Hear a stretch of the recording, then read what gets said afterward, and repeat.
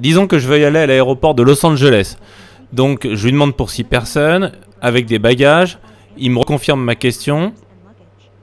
Après, il me demande avec un message de valider. Et enfin, dans un dernier temps, il me dit « Voici le récapitulatif, merci de valider ». Donc dans tout le process, c'est vrai que ça a été assez rapide. Ça a pris un peu plus qu'une dizaine de secondes. Bon, est-ce que c'est mieux que ce que je fais avec mon téléphone aujourd'hui ? Alors je me suis mis sur un écran avec mon téléphone, je passe, donc je lui dis où je veux aller, là je tape avec mon clavier, mettons que ce soit Londres, je valide. Là j'ai un superbe affichage avec la carte, je vois directement visuellement ce qu'il me propose entre du partagé, UberX, je clique, confirme UberX et là bam, il me montre sur la carte et j'ai plus qu'à confirmer le pick-up. Ça m'a pris 15-20 secondes, tu vois. Est-ce que c'est vraiment intéressant d'avoir ce gadget Rabbit R1 ? Eh ben moi je dis que non, mais je suis sûr qu'il apporte une petite plus-value qui sera à mon avis intéressante et que les constructeurs de téléphones vont intégrer. Ça marche comment Rabbit R1 ? C'est tout bête. En fait Rabbit R1 fait tourner en tâche de fond en fait, donc pas sur le terminal lui-même. Le terminal ça ressemble un peu à un téléphone en simplifié. Mais là, en fait, il fait tourner sur son environnement en cloud, donc sur ses serveurs de chez Rabbit. Ils font tourner toutes tes applications à toi. Et en fait, qu'est-ce qui va se passer ? La première fois que tu vas utiliser Rabbit, en fait, il va te demander de te connecter. Donc, tu vas ouvrir une page sur ton ordinateur. Donc, c'est vraiment, ça passe par un ordinateur au départ. Tu connectes tous tes comptes. Donc, déjà, il faut que tu connectes toute ta vie numérique.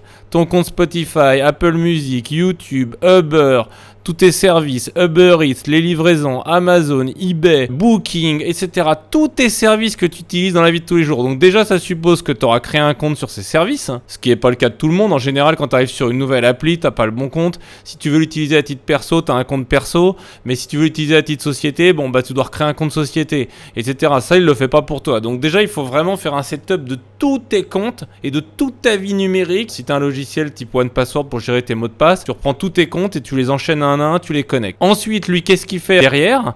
Eh bien, simplement, il a une interface qui tourne dans des environnements virtualisés en cloud. Et là, du coup, son interface qu'il appelle le LAM, Large Action Model, arrive à visualiser, si tu veux, tes pages web, tes écrans. Il visualise tous les boutons. Si, par exemple, tu réserves un avion, où est-ce que sont les dates d'arrivée, de départ, qu'est-ce qu'il faut faire, etc. Et avec toutes ces informations qu'il prend de ta page web, de ton compte à toi, mais qui fait tourner virtualisé sur des serveurs à distance, et bien ce que fait en fait Rabbit, c'est qu'il regarde, il te dit bon bah voilà, est-ce que je clique là, est-ce que je te réserve pour demain, pour après-demain, etc. Et en fonction de toi ce que tu leur as demandé, il va te répondre. Donc en fin de compte, c'est exactement comme un ChatGPT auquel tu ouvres les accès à toutes tes fenêtres. À mes yeux, c'est vraiment idiot. Parce que le plus simple, n'importe quel programmeur te le dira, c'est simplement que Booking, Uber, Expedia et compagnie, tous ces services-là ouvrent leurs applications avec une simple API et qu'ils la fassent dialoguer cette API avec un ChatGPT, Gemini pour Google, Siri 2 chez Apple, etc., etc. Et que en fait, tu aies une discussion directe au lieu d'avoir à reconnecter tes comptes pour chaque assistant personnel. Là où Rabbit R1 sont des génies du marketing, c'est qu'ils t'ont comparé en fait leur outil à $200 avec d'autres outils qui existent déjà et qui sont beaucoup plus chers. En oubliant de te dire que ça les remplace pas puisque ça n'est qu'un complément. Je vais te dire pourquoi après.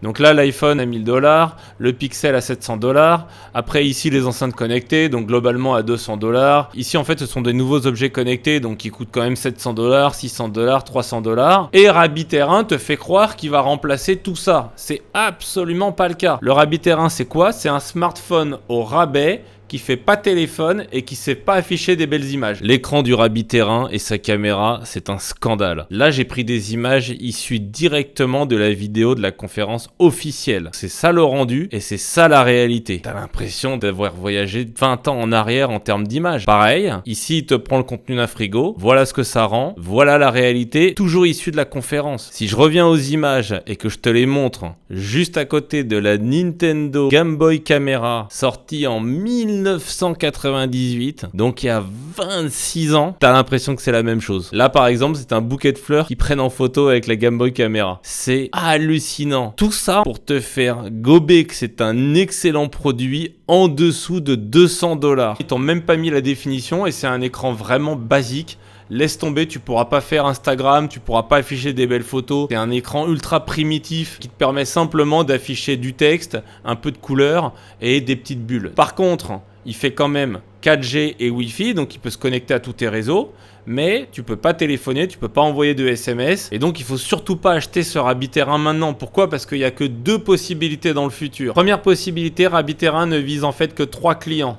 Microsoft, Apple et Google. Quand ils auront démontré que leur interface utilisateur réjouit beaucoup d'utilisateurs et que donc c'est un système qui est périn, c'est un système que les gens veulent vraiment, ils offriront la possibilité de se faire racheter à ces grandes boîtes qui elles pourront intégrer ces fonctionnalités à leurs agents existants que sont Gemini, Copilot pour Microsoft, un futur Siri chez Apple, etc. Deuxième possibilité, et là le pari est extrêmement gonflé, c'est que Rabbit cherche à casser la chape de plomb qu'est le marché du smartphone, simplement en le disruptant avec cette nouvelle manière d'opérer son smartphone. Mais le problème, c'est que c'est pas un smartphone qu'ils vendent, puisque justement, il manque plein de fonctionnalités. C'est-à-dire qu'ils ont tout orienté sur l'aspect vocal, mais il y a quasiment plus rien de visuel. Or, comme je viens de le montrer, c'est hyper intéressant de pouvoir afficher des informations, par exemple une map pour repérer où est-ce que ton taxi arrive, etc. Et donc à ce moment-là, Rabbit va sortir la version R2.